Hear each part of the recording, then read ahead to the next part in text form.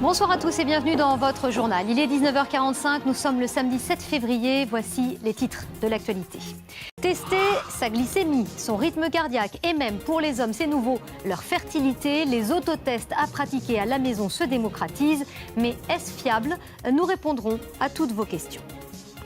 Les nouvelles technologies sont partout dans notre vie et elles nous permettent même de contrôler notre santé. Ce qu'on appelle les autotests sont de plus en plus populaires. Glycémie, taux d'alcoolémie, de cannabis et même, c'est nouveau, un contrôle de fertilité pour les hommes. Les tests à faire soi-même se multiplient. Mais sont-ils fiables? Franck Hédard répond ce soir à toutes vos questions. Et la première d'entre elles concerne ce nouveau test. Quelle est l'utilité d'un autotest de fertilité? Nathalie, un couple sur 5 souffre de troubles de la fertilité. Et quand un couple désire avoir un enfant, eh bien c'est souvent un sujet tabou. Alors, à réaliser chez soi, en toute confidentialité, cet autotest permet de savoir si la concentration en spermatozoïdes est normale ou faible. Il faut savoir que dans un couple sur 2, eh bien c'est l'homme qui est concerné par un problème de fertilité. Cet autotest est déjà disponible aux États-Unis, au Canada et en Grande-Bretagne notamment, et il sera en vente en pharmacie à partir de mardi sans ordonnance. De manière plus générale, comment peut-on contrôler nous-mêmes notre santé? Eh bien, grâce aux objets connectés.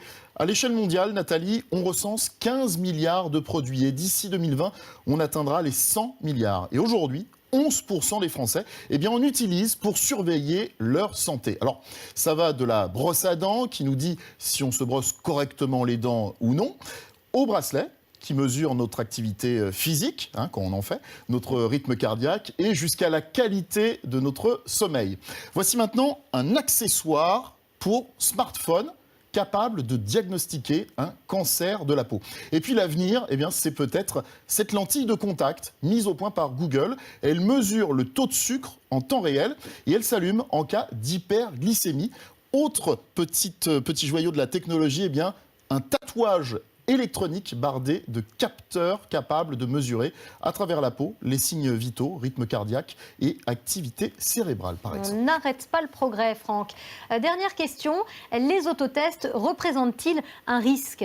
Alors, oui et non. Les médecins, ils voient des avantages, naturellement. Une meilleure prévention, une meilleure qualité de vie et puis une responsabilisation des patients qui sont ainsi plus attentifs à leur santé. Mais outre la protection et la confidentialité des données, se pose aussi la question de la fiabilité de ces objets connectés et puis aussi des applications santé. De mauvais paramètres ou des erreurs, des résultats erronés, eh bien, peuvent avoir des conséquences néfastes, surdosage ou sous-dosage d'un traitement, par exemple.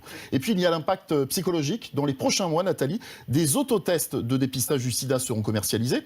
Seul accompagnement prévu, inciter le patient, en cas de résultat positif, à contacter SIDA Info Service, une association de prévention ou bien son médecin.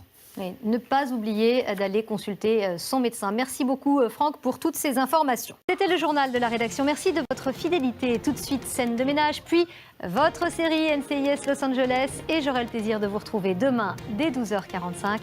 Très bonne soirée sur M6.